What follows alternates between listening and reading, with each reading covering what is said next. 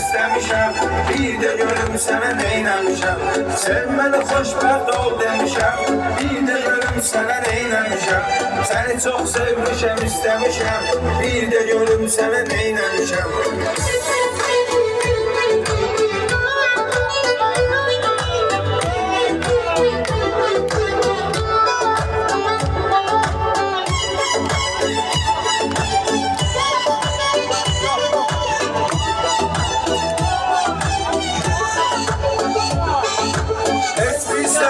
Söylemeden gittin, gözlerimden ettin. Belki de kasım olduğum için benden uzaklaştın gittin. Her sefer nazımla oynadım, bir defa sende dalaşmadım. Olabilir belki de özüme yaraşmadım. Sevmeni xoşbəxt ol demişəm. Bir de görüm sana neyləmişəm. Seni çok sevmişəm, istemişəm. Bir de görüm sana neyləmişəm. Sevmeni xoşbəxt ol demişəm. Bir de görüm sana neyləmişəm. Seni çok sevmişəm, istemişəm.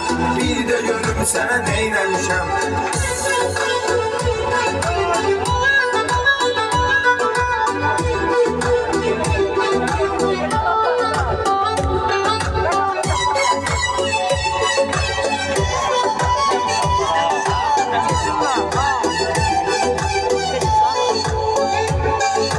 Çoktur halıma gülenler ama hiç kim başa düşmez.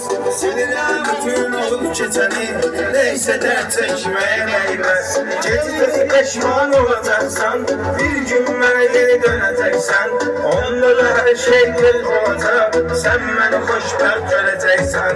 Sevmeni xoşbəxt ol demişəm. Bir de görüm sana neyləmişəm. Seni çok sevmişəm, istemişəm. Bir de görüm sana neyləmişəm. Sevmeni xoşbəxt ol demişəm. Bir de görüm sana neyləmişəm. Seni çok sevmişəm, istemişəm.